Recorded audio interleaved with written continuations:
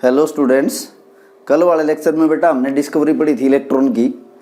अब देखो, अगर कि कोई मैटर है, मैटर पे नेगेटिव चार्ज है, ऐसा तो हो नहीं सकता कि मैटर है जो वो चार्ज पार्टिकल है। मैटर क्या होगा? न्यूट्रल होगा। तो अगर मैटर पे नेगेटिव चार्ज है तो देखो कोई चार्ज ऐसा भी होगा जो उसको न्यूट्रलाइज कर पाए एग्जैक्ट। तो फिर बात चली गई, अगर मैं एटम के अंदर नेगेटिव चार्ज पार्टिकल हैं तो पॉजिटिव चार्ज पार्टिकल भी होंगे। तो उसके लिए डिस्कवरी हुई प्रोटॉन की, जैसे कि 1886 में गोल्डस्टेन ने एक्सपेरिमेंट किया था, डिस्चार्ज ट्यूब एक्सपेरिमेंट। तो उसने क्या किया कि दो इलेक्ट्रोड ले रखी हैं, जैसे लास्ट वाले लेक्चर में बताया था, एक तो कैथोड है और एक एनोड है। और ये जो कैथोड है ये परफोरेटेड यूज की, मतलब इसमें क्या है, पोर्स बने हुए हैं, चैनल्स बने हुए हैं। और ये एनोड है, anode positive charge particle electrode है और ये नेगेटिव इलेक्ट्रोड है आपकी कैथोड। अब जैसे कल वाले लेक्चर में हमने पढ़ा था, जब इलेक्ट्रॉन की डिस्कवरी पढ़ी थी हमने, कि कैथोड से कुछ रेज निकली जिसको हम क्या बोल रहे थे, कैथोड रेज। कैथोड से जो रेज निकली, कैथोड रेज वो नेगेटिव चार्ज पार्टिकल हैं। ये कैथोड रेज क्या करेंगी, इस डिस्चार्ज ट्यूब में जो कोई गैस भर रखी है उस गैस के साथ टकराएंगी। और कैथोड रे की प्रॉपर्टी होती है कि गैस को आयोनाइज कर सकती है, मतलब गैस के अंदर से इलेक्ट्रॉन रिजेक्ट आउट कर सकती है। सपोज ये कोई एटम है, गैसियस एटम, और ये कैथोड रे इसके साथ टकराई, टकराने के बाद इसके अंदर से इलेक्ट्रॉन निकाल दिया, तो अब तो ये पॉजिटिव चार्ज पार्टिकल बच गया।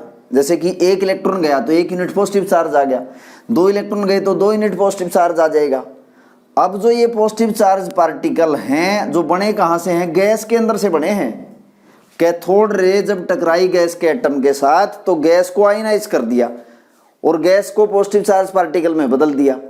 तो ये जो पॉजिटिव चार्ज पार्टिकल है ये मूव कहाँ करेंगे, ये तो नेगेटिव प्लेट की तरफ मूव करेंगे, जो कि कौन है, कैथोड। तो ये जो पॉजिटिव चार्ज पार्टिकल हैं अब दिख रहे हैं कहाँ से, एनोड की तरफ से आते हुए दिख रहे हैं, ऐसे मूव करेंगे पॉजिटिव चार्ज पार्टिकल। तो ये जो पॉजिटिव चार्ज पार्टिकल हैं इनको एनोड रेज बोला, एनोड रेज, या इनको कैनाल रेज भी बोला। कैनाल रेज क्यों बोला, क्योंकि कैथोड के अंदर से जो ये चैनल्स बने हुए हैं, परफोरेटेड कैथोड, इसके अंदर से पास होके जाएंगे ये, और ऐसा लग रहा है कि एनोड की तरफ से जा रहे हैं। These rays are moving from the anode, ऐसा हमें लग रहा है। बट जो ये पॉजिटिव चार्ज पार्टिकल ये बने कहाँ से हैं, ये तो गैस से बने हैं, यहाँ से नहीं निकले एनोड से। तो गैस को आयनाइज करके जो पार्टिकल बन गए ना, वही एनोड रेज हैं। और वो कहाँ मूव करेंगे, positive charge particle negative plate की तरफ मूव करेंगे, जो कि कैथोड है। और इन चैनल से पास होते हुए जो पोर्स हैं, तो यहाँ एक स्क्रीन लगा रखे, जैसे जिंक सल्फाइड स्क्रीन, जैसे ही इसके साथ जाके टकराएंगे ना ये, तो यहाँ पे ऐसे ग्रीन कलर का ग्लो प्रोड्यूस होगा, जिसको कल भी बताया था, इसको फ्लोरोसेंस बोलते हैं। This term is known as fluorescence. अब तो यहां से फिर ये भी पता लगा भाई कि पॉजिटिव चार्ज पार्टिकल भी है, जैसे कल नेगेटिव चार्ज पार्टिकल डिस्कस किए थे। तो जो ये एनोड रेज हैं ये बनी कहाँ से हैं, इस गैस से बनी है जो इस डिस्चार्ज ट्यूब में भरी हुई है। तो एनोड रेज का पता लगा फिर, जैसे कल कैथोड रे। फिर जो ये एनोड रेज बनी है, गैस से बनी है, एनोड रेज की क्या कैरेक्टरिस्टिक्स हैं, what are the characteristics of anode rays. First है, they travel in straight line, they travel in straight line। और यही कैरेक्टरिस्टिक्स प्रॉपर्टी कैथोड रे की भी थी। कैसे पता लगा था कि हमने कोई ऑब्जेक्ट रखा तो उसकी शैडो बन जाती है। दूसरा है, they are made up of material particle. किससे बने हैं ये, मटेरियल पार्टिकल से बने हैं। कौन, एनोड रेस। क्योंकि अगर इनके पाथ में अगर हम कोई व्हील माउंट कर देते हैं तो उसको रोटेट करवाएगी, जैसे कल इलेक्ट्रॉन्स के लिए हमने पढ़ा था। तीसरा है कि they carry positive charge, they carry positive charge. क्योंकि जैसे कल वाले लेक्चर में हमने डिस्कस किया था कि अगर कोई इलेक्ट्रिक फील्ड हम अप्लाई कर देंगे, जैसे कैथोड रेज मुड़ गई थी नेगेटिव प्लेट इस पॉजिटिव प्लेट की तरफ, ऐसे ही जो एनोड रेज हैं वो मूव करेंगी नेगेटिव प्लेट की तरफ। तो इनके ऊपर चार्ज कौन सा होता है, पॉजिटिव चार्ज होता है, क्योंकि ये मूव करेंगी towards the negative plate. Fourth है, they can ionise the gas. इसका क्या मतलब है कि किसी गैस के अंदर से जब हम एनोड रेज को भी पास कराएंगे तो उसको आयनाइज कर सकती है, मतलब उसके अंदर से इलेक्ट्रॉन इजेक्ट आउट कर सकती है। फोर्थ है they can penetrate through thin metal foil. Metal की बहुत पतली अगर हम फॉइल रखें तो उसके अंदर से पेनिट्रेट कर जाती हैं। ये कुछ कैरेक्टरिस्टिक्स प्रॉपर्टी हैं, 5 कैरेक्टरिस्टिक्स प्रॉपर्टी हैं। स्ट्रेट लाइन में ट्रेवल करती हैं एनोड रेज, मेटेरियल पार्टिकल की बनी होती हैं, पॉजिटिव चार्ज होता है और गैस को आयनाइज कर सकती हैं, या मेटल के अंदर बहुत जो थिन मेटल फॉइल है उसके अंदर से ये पास हो जाती हैं। अब देखो नेक्स्ट है 6th पॉइंट कि अगर 6th पॉइंट है जो कैथोड रेज हैं इनके ऊपर चार्ज कितना आएगा और एनोड रेज हैं उनके ऊपर कितना चार्ज है। जैसे कल कैथोड रे पे तो बताया था 1 यूनिट नेगेटिव चार्ज होता है, -1.6 × 10⁻⁻19 कूलम। अब जो एनोड रेज हैं, एनोड रेज पे चार्ज कितना आया या कितना आएगा वो किस पे डिपेंड करेगा। जैसे कि अगर मैं कहूँ कि ये कोई एटम है, गैसियस एटम, ये कोई गैसियस एटम था और इसके अंदर एक ही इलेक्ट्रॉन है, जैसे हाइड्रोजन का एटम है, हाइड्रोजन एटम में एक ही इलेक्ट्रॉन होता है। इस इलेक्ट्रॉन को बाहर निकाल दिया जाए तो इस पे कितना पॉजिटिव चार्ज बचेगा, 1 यूनिट बचेगा। अगर किसी एटम के अंदर से 2 इलेक्ट्रॉन निकाल दिए, जैसे हीलियम है, हीलियम के अंदर 2 इलेक्ट्रॉन है, दोनों बाहर निकल जाएं तो क्या बच जाएगा, अंदर 2 यूनिट पॉजिटिव चार्ज बच जाएगा। यानी कि एनोड रेज पे चार्ज कितना आएगा, integral multiple of the charge present on electron. तो चार्ज कितना होगा, it is integral multiple of charge present on electron. अब इलेक्ट्रॉन पे चार्ज कितना था, -1.6 × 10⁻⁻19 कूलम। एक्सपेरिमेंटली ये पाया गया तो इलेक्ट्रॉन के ऊपर था। प्रोटॉन के ऊपर जो चार्ज है ना उसकी क्वांटिटी भी यही है, इतनी है, बट अपोजिट साइन रहेगा। ये पॉजिटिव 1 यूनिट पॉजिटिव चार्ज है, ये 1 यूनिट नेगेटिव चार्ज है।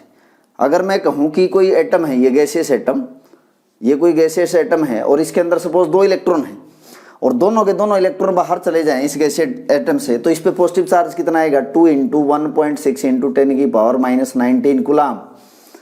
अगर किसी गैसियस एटम से 3 इलेक्ट्रॉन निकलेंगे तो 3 × दिस, 4 इलेक्ट्रॉन बाहर चले गए तो मैं लिखूंगा 4 × दिस। यानी कि किसी भी एनोड रे पे चार्ज कितना आएगा, इंटीग्रल मल्टीपल होगा चार्ज का जो कि चार्ज प्रेजेंट होता है इलेक्ट्रॉन के ऊपर। अगर 1 इलेक्ट्रॉन बाहर गया तो 1 यूनिट पॉजिटिव चार्ज बच जाएगा एनोड रे पे, और अगर 2 यूनिट पॉजिटिव चार्ज आया तो इसका मतलब 2 इलेक्ट्रॉन इजेक्ट हुए। तो इसका मतलब जो चार्ज आएगा ना एनोड रेज पे वो डिपेंड करेगा गैस आपने कौन सी फिल की है, क्योंकि डिफरेंट गैसेज के एटम में डिफरेंट इलेक्ट्रॉन्स होते हैं, तो चार्ज वेरी करेगा। और वो चार्ज कितना होगा एनोड रे पे, वो इंटीग्रल मल्टीपल होगा किसका, charge present on electron. 6th point है। नेक्स्ट है कि देखो अगर इस डिस्चार्ज ट्यूब के अंदर अगर हाइड्रोजन गैस भर दी जाए, हाइड्रोजन गैस जो कि सबसे क्या होती है, लाइटेस्ट गैस होती है, सबसे हल्की गैस है ये, इसका मास सबसे कम होता है। अब क्या किया गया, E/m की रेशो निकाली गई। E/m की रेशो कैथोड रे के लिए भी निकाली थी और इसमें एनोड रे के लिए भी निकाली जा रही है। तो अगर E/m चार्ज टू मास की रेशो निकाली गई ना, वो अलग अलग गैसेस के लिए अलग अलग होगी। यानी कि E/m की रेशो क्या होगी, डिफरेंट होगी फॉर डिफरेंट गैसेस। अलग अलग गैसेस के लिए E/m की रेशो, चार्ज टू मास की रेशो अलग अलग ही आएगी, क्योंकि अलग अलग गैसेस का मास अलग अलग होगा। जैसे कैथोड रे और जो कैथोड से जो रेज निकली थी और जो इलेक्ट्रॉन बाद में निकले थे वो तो एक ही बात है। तो एनोड रे से, एनोड रे में आप यूज कर रहे हो डिफरेंट गैसेस, तो उनका E/m की रेशो हर बार अलग आएगी। और E/m की रेशो मैक्सिमम कब होगी, जिसका मास कम होगा वो तो हाइड्रोजन का ही होगा। तो E/m की रेशो हाइड्रोजन गैस के लिए मैक्सिमम होगी। और एक्सपेरिमेंटली जब निकाला तो E/m की रेशो जो हाइड्रोजन गैस के लिए पाई गई वो पाई गई 9.58 इंटू 10⁴ कूलम पर ग्राम, इतनी पाई गई। E/m की रेशो है ये। अब E/m की जो रेशो होगी ना कैथोड रे के लिए तो सेम रहेगी, चाहे कोई भी गैस फिल कर दो, बट जो एनोड रेज हैं या गैस आपने जो फिल की है, E/m की रेशो एनोड रेज के लिए अलग अलग आएगी। ये तो तब बताई है जब आपने इसके अंदर हाइड्रोजन गैस फिल कर दी हो, तो उसके E/m की रेशो है ये। और चार्ज जो मैंने बताया है, चार्ज कितना होगा, +1.6 इंटू 10⁻⁻19 कूलम चार्ज है, जो कि इलेक्ट्रॉन के ऊपर भी यही चार्ज होता है, बट चार्ज साइन अपोजिट है। इस पे पॉजिटिव 1 यूनिट पॉजिटिव चार्ज है, ये इलेक्ट्रॉन के ऊपर 1 यूनिट इतना ही नेगेटिव चार्ज था। तो ये चार्ज टू मास की रेशो अलग अलग होगी फॉर डिफरेंट डिफरेंट गैसेस। अब देखो, अगर इसके अंदर हाइड्रोजन भर ली जाए, हाइड्रोजन के एटम हों बहुत सारे, तो उसके लिए अगर मास निकालोगे ना आप, तो मास कैसे निकालोगे, मास हम निकालते हैं E/E/m की रेशो।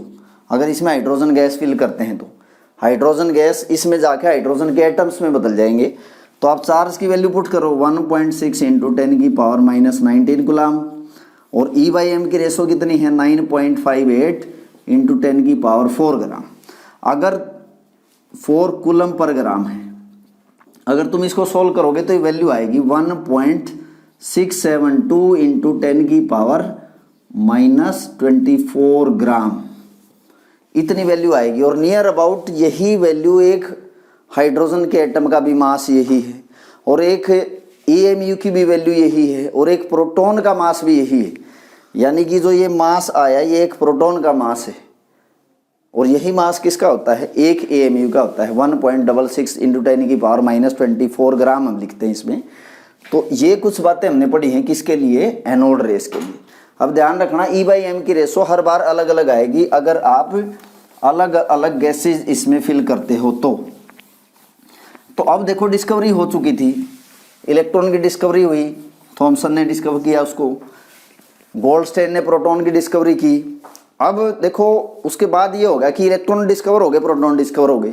इलेक्ट्रॉन का चार्ज कितना है, इलेक्ट्रॉन के चार्ज की बात करें तो -1.6 10⁻⁻19 कूलम है। प्रोटॉन जो है, प्रोटॉन का चार्ज कितना है, प्रोटॉन को मैं ये लिख देता हूँ पॉजिटिव साइन के साथ, +1.6 इंटू 10⁻⁻19 कूलम। चार्ज दोनों के ऊपर सेम है। इलेक्ट्रॉन का मास कितना है, कल आपको बताया था, इलेक्ट्रॉन का मास 9.11 इंटू 10⁻28 ग्राम या 31 किलोग्राम हो जाएगा। और अगर प्रोटॉन की बात करें तो प्रोटॉन का मास कितना है, 1.672 इंटू 10⁻⁻24 ग्राम। ये कुछ बातें अब तक हमने पढ़ी। अब देखो, ये दोनों पार्टिकल डिस्कवर हो गए, इलेक्ट्रॉन और प्रोटॉन दोनों पार्टिकल डिस्कवर हो चुके थे। उस दौरान जो साइंटिस्ट काम कर रहे थे उनके सामने प्रॉब्लम ये थी कि एटम के अंदर ये दोनों सब एटॉमिक पार्टिकल हैं, तो इनकी लोकेशन कहाँ होगी, how they are distributed in atom. अब ये इलेक्ट्रॉन दोनों डिस्कवर्ड हो चुके, तो नेक्स्ट प्रॉब्लम क्या थी कि हाउ दीज सब atomic particle are distributed in any atom. तो ये जो सब एटॉमिक पार्टिकल कौन कौन से, इलेक्ट्रॉन्स और प्रोटॉन्स, सब atomic particles, electrons and protons, इनकी सब एटॉमिक पार्टिकल्स की डिस्ट्रीब्यूशन कैसे हो या लोकेशन कहां कहां इनकी, तो इसको एक्सप्लेन करने के लिए अलग अलग साइंटिस्ट ने मॉडल दिए एटम के। तो वो मॉडल्स हम पढ़ेंगे एटम के, तो मॉडल्स ऑफ एटम्स। अब देखो, अलग अलग साइंटिस्ट के अलग अलग मॉडल हैं, अलग अलग व्यूज हैं। जैसे फर्स्ट है थॉमसन मॉडल। थॉमसन मॉडल क्या कहता है एटम का, थॉमसन के अकॉर्डिंग कहता है कि जो एटम है ना, atom is a sphere of positive charge. Atom क्या है, atom is a sphere of positive charge, और जिसके अंदर इलेक्ट्रॉन्स एम्बेडेड हैं। तो थॉमसन के जो मॉडल में है कि atom is a sphere of, atom is a sphere of positive charge in which electrons are embedded, in which electrons are embedded। और कोई नई बात नहीं बेटा, 9th से ही पढ़ के आ रहे हैं हम ये, इलेक्ट्रॉन की डिस्कवरी, प्रोटॉन की डिस्कवरी, इलेक्ट्रॉन का मास, चार्ज, थॉमसन मॉडल में क्या बोला गया है, रदरफोर्ड मॉडल में क्या बोला गया है। तो ये है थॉमसन का मॉडल। इसको प्लम पडिंग मॉडल से भी कंपेयर किया गया है कि it is like a plum pudding model भी इसको बोला गया है। तो थॉमसन मॉडल क्या कहता है, atom is a sphere of positive charge in which electrons are embedded. But इसकी लिमिटेशन है इस मॉडल की। लिमिटेशन के आगे जाके हम रदरफोर्ड मॉडल पढ़ेंगे। रदरफोर्ड ने अल्फा पार्टिकल स्कैटरिंग एक्सपेरिमेंट किया था जो कि थॉमसन मॉडल एक्सप्लेन नहीं कर पाया था। तो it does not explain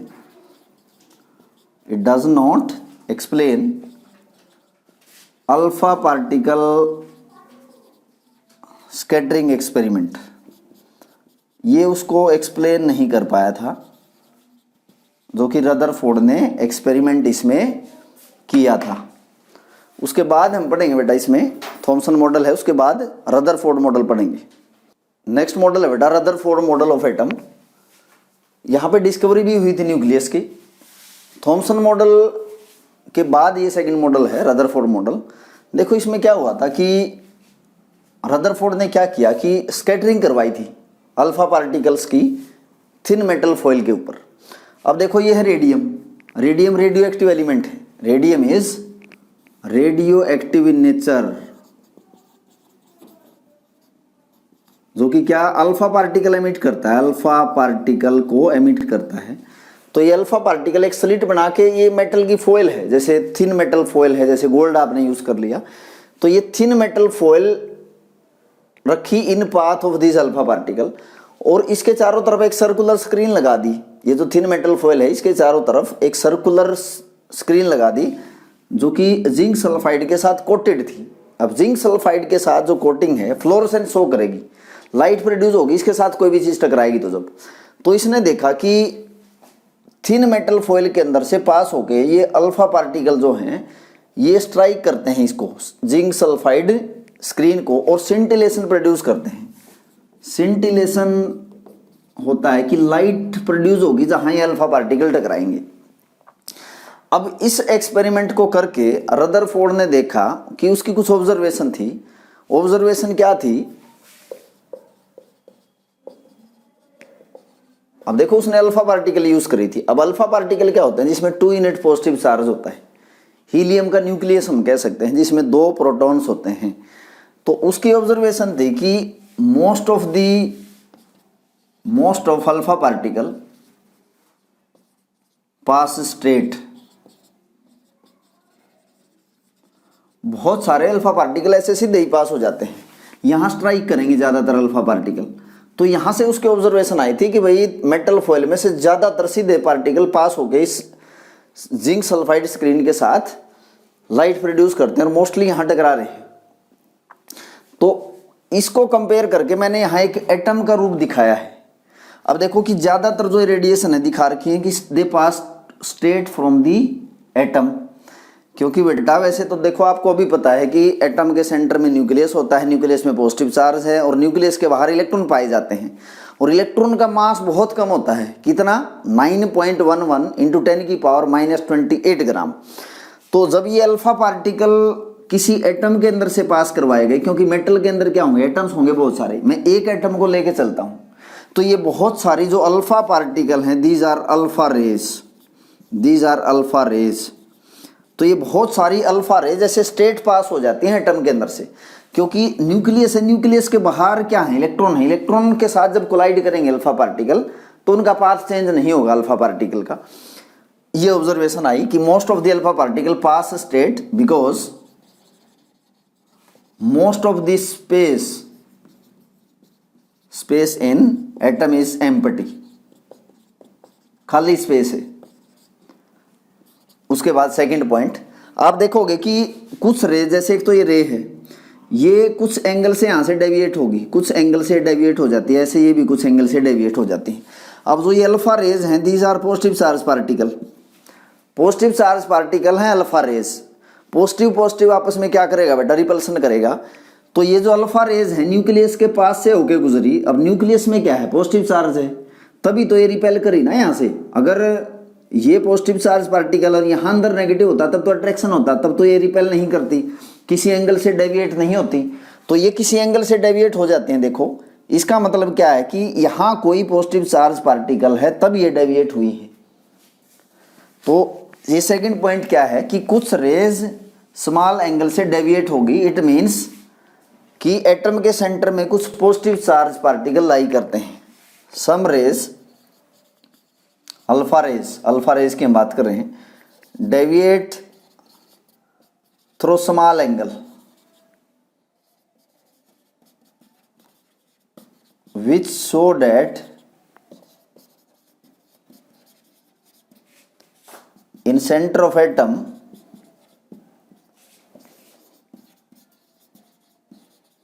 have some positive charge, यानी कि जो प्रोटॉन्स हैं वो यहाँ पे न्यूक्लियस के अंदर लाई करते हैं और डिस्कवरी भी हुई न्यूक्लियस की। तो फर्स्ट पॉइंट है कि most of the rays will pass straight, इसका मतलब ये है कि ज़्यादातर स्पेस जो एटम के अंदर वो खाली होती है। दूसरा पॉइंट है कि कुछ रेज जैसे दिखा रखी हैं, दो रेज स्मॉल एंगल से डेविएट हो जाती हैं क्योंकि यहाँ पॉजिटिव पार्टिकल है और पॉजिटिव आपस में ये भी पॉजिटिव रेज हैं। पॉजिटिव के पास से जाएगी तो क्या करेगी, डेविएट नहीं हो जाएगी क्योंकि लाइक चार्जेस क्या करेंगे, रिपेल करते हैं। सेकंड पॉइंट हो गया।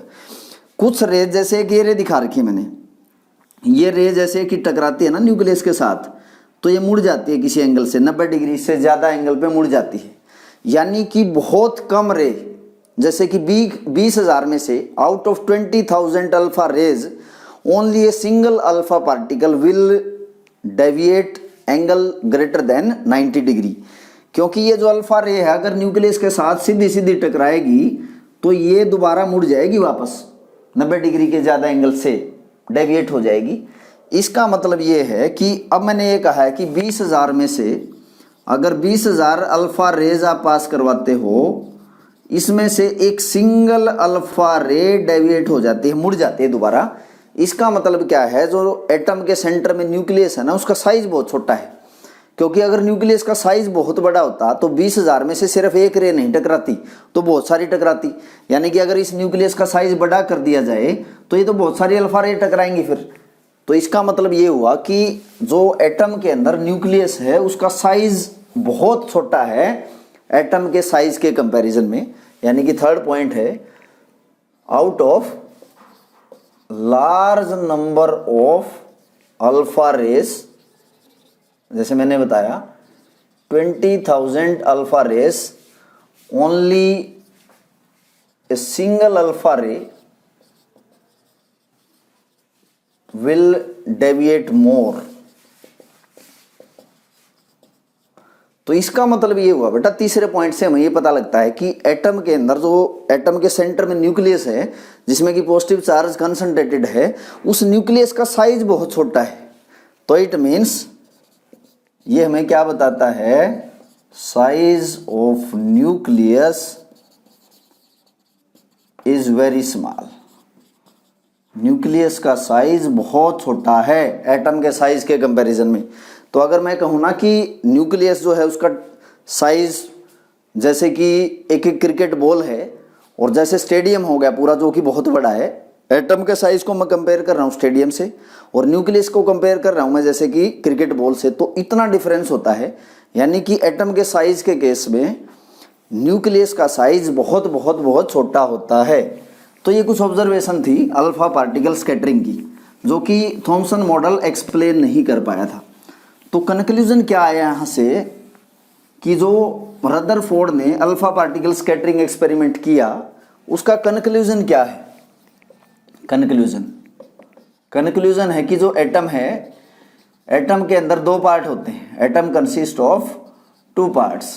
कौन सा, एक तो न्यूक्लियर पार्ट है, न्यूक्लियर पार्ट, और है एक है एक्स्ट्रा न्यूक्लियर पार्ट। दो पार्ट हैं एटम के। रदरफोर्ड ने एटम को दो पार्ट में बताया, एक तो न्यूक्लियर पार्ट, और न्यूक्लियर पार्ट में क्या होगा, न्यूक्लियस है और न्यूक्लियस में क्या होगा, पॉजिटिव चार्ज कंसंट्रेटेड है। और ये जो न्यूक्लियर पार्ट है इसका साइज बहुत क्या होगा, साइज इज वेरी स्मॉल, इसका साइज बहुत छोटा है। दूसरा है extra nuclear part. Extra nuclear part में क्या होंगे, इलेक्ट्रॉन्स प्रेजेंट हैं किसके अंदर, इन ऑर्बिट्स, किसके अंदर, ऑर्बिट्स के अंदर, सर्कुलर ऑर्बिट्स के अंदर। यानी कि ये कहता है कि एटम जो है, एटम के सेंटर में क्या है, पॉजिटिव चार्ज कंसंट्रेटेड है, किसकी वजह से, प्रोटॉन्स की वजह से। और न्यूक्लियस के बाहर क्या लाई करते हैं, इलेक्ट्रॉन लाई करते हैं, किसमें, सर्कुलर पाथ में, जिसको क्या बोलते हैं, ऑर्बिट्स बोलते हैं। तो रदरफोर्ड ने एटम को दो पार्ट में डिवाइड किया, nuclear part and extra nuclear part. Nuclear part जिसमें न्यूक्लियस में प्रोटॉन कंसंट्रेटेड होंगे और उस न्यूक्लियस का साइज बहुत स्मॉल होता है एटम के साइज के कंपैरिजन में। दूसरा है कि न्यूक्लियस के बाहर क्या प्रेजेंट होंगे, इलेक्ट्रॉन्स, किसमें, सर्कुलर ऑर्बिट में। अब देखो रदरफोर्ड की भी कुछ लिमिटेशन थी, वो आगे जाके हम डिस्कस करेंगे, और ये सारी चीजें हम नेक्स्ट लेक्चर में पढ़ेंगे। और उसके बाद हम पढ़ेंगे रदरफोर्ड के बाद बोहर मॉडल और रदरफोर्ड की लिमिटेशन भी पढ़ेंगे। Thank you students.